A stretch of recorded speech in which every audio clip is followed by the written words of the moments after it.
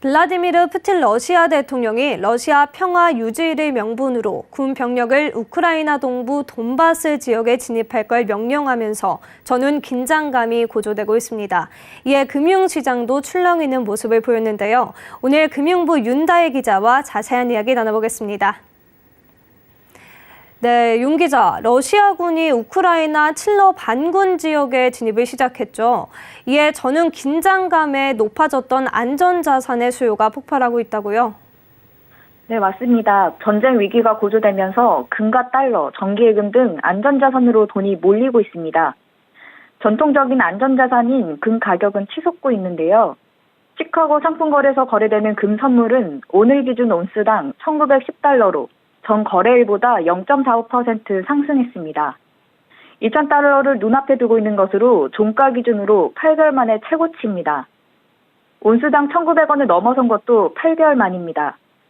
금 거래량도 늘고 있는데요. 한국거래소에 따르면 은행기관 등을 합한 KRX 금시장의 총 거래량은 2019년 1,713kg에서 지난해 28,295kg, 액수로 따지면 5,920억 원에서 1조 8,820억 원으로 3배 넘게 늘었습니다.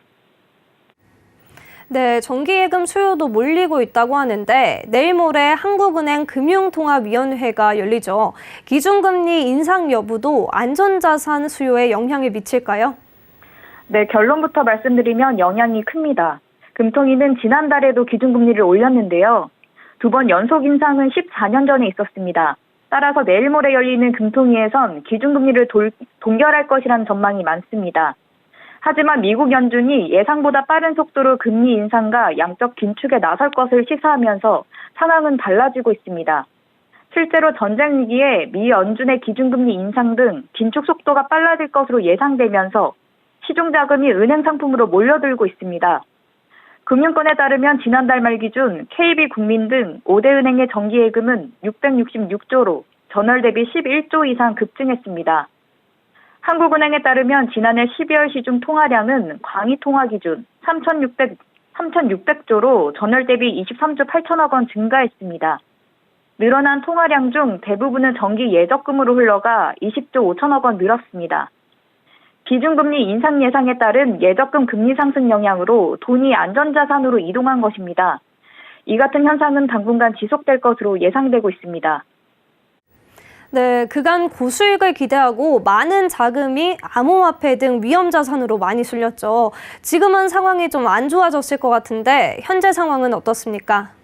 네, 위험자산은 하락세를 보이고 있는데요. 특히 암호화폐 시장은 폭락했습니다. 코인 손실이 커지며 급히 손절한 투자자들도 적지 않습니다. 오늘 오후 1시 기준 글로벌 암호화폐 거래소인 코인 마켓캡에서 비트코인은 24시간 전 대비 6% 가까이 하락한 36,623달러에 거래되고 있습니다. 일주일 전 대비 16% 급락한 가격입니다. 이더리움도 24시간 전 대비 7%, 일주일 전 대비 16.72% 하락했습니다.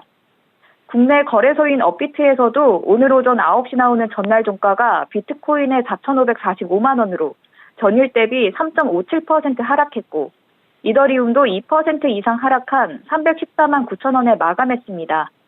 알트코인, 일명 작코인인 키즈토, 리믹스, 샌드박스 등이 줄줄이 하락하고 있습니다. 네, 이렇게 하락세를 맞이한 위험자산 투자자들은 한숨만 나올 것 같은데요. 이 같은 상황이 좀 나아질까요? 아니면 앞으로 지속될까요? 전망이 어떤가요?